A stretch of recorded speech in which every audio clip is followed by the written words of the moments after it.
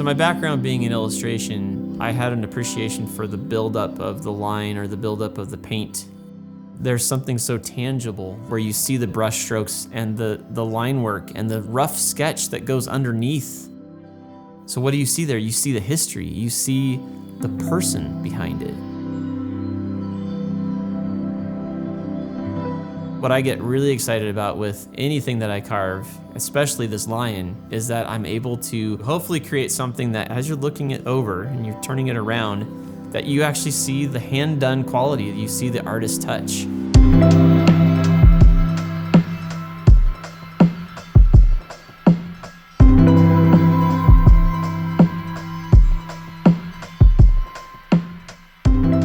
One of the biggest drivers of any project I work on with the Whittle Woodshop is that I think about it in terms of, I wonder if anyone else has done this before. Oh, I don't think they have.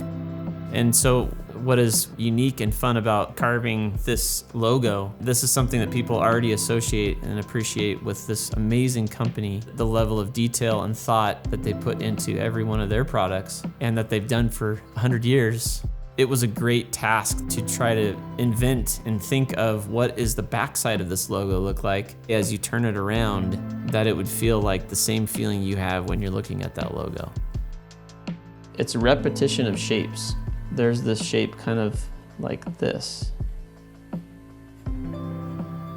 Well, that is the same as the shield. It's also the same as the machines.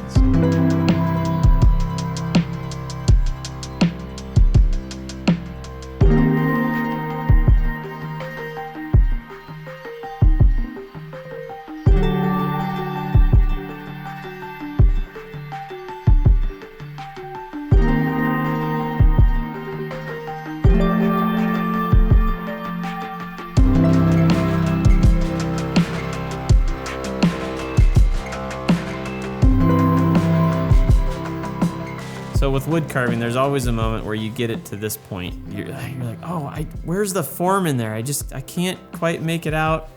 I know it's in there, but if you just keep chipping away at it and you keep, I like to draw on the wood so that I can mark where I need to carve next, and the piece that I need to get out, I just mark that area. It's like, and I know that there's a process. So you talk about the ritual of making a cup of really good coffee and doing it the proper ways to get the right results. It's similar in terms of, I know that if I keep doing this the way that it's worked in the past to get the carving to where I want it to be, I just have to keep at it. If we just did this with plastic or with forming metal, you just don't get that same interaction between a creator and the piece that you're working with. You don't get that same tangible connection. When you're working with a piece of wood, you're making decisions based on what the piece of wood is giving you. And I think that's very similar to the coffee bean. There is that dance of what we put into it and what we get out of it. As I started carving into the wood, I'm noticing that there's a knot that's in the wood. Now, I'm gonna leave that knot in place because it's all part of it. It all goes into the character of it.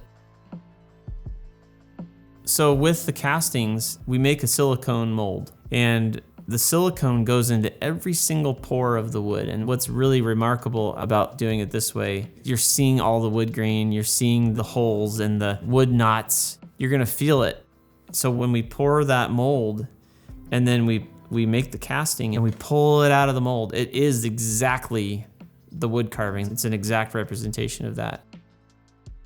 And then what I really love is each one is unique, because I'm spending time going in and painting layer upon layer of paint into those grooves, into those little pores of the wood, so that you get the age. You feel like it's been around. I mean, ultimately what I wanted this to be is I wanted it to be something that as you had it on your desk or your shelf and you looked at it, you would think that this has been around for years. It's like a special artifact that was found, and you get to have it right there looking at you. That's the thing, is I always love things that feel like they're old and they have a history and they have a story to tell. This is all in tribute of the fact that this company's been around for so long. I want it to feel like it was meant to be. It was made 100 years ago. When I'm doing this, I'm thinking about the history of the thing that I'm making. You kind of age it a little bit, make it look like it's worn. Maybe it's changed hands a few times, or it's, you know, it was lost and found. Maybe someone left it out in the rain for a couple nights. I don't know. Yeah, the trick is you really have to build up several layers of paint for it to be believable. It's almost like a three-dimensional canvas. And I love that it's like no two are the same.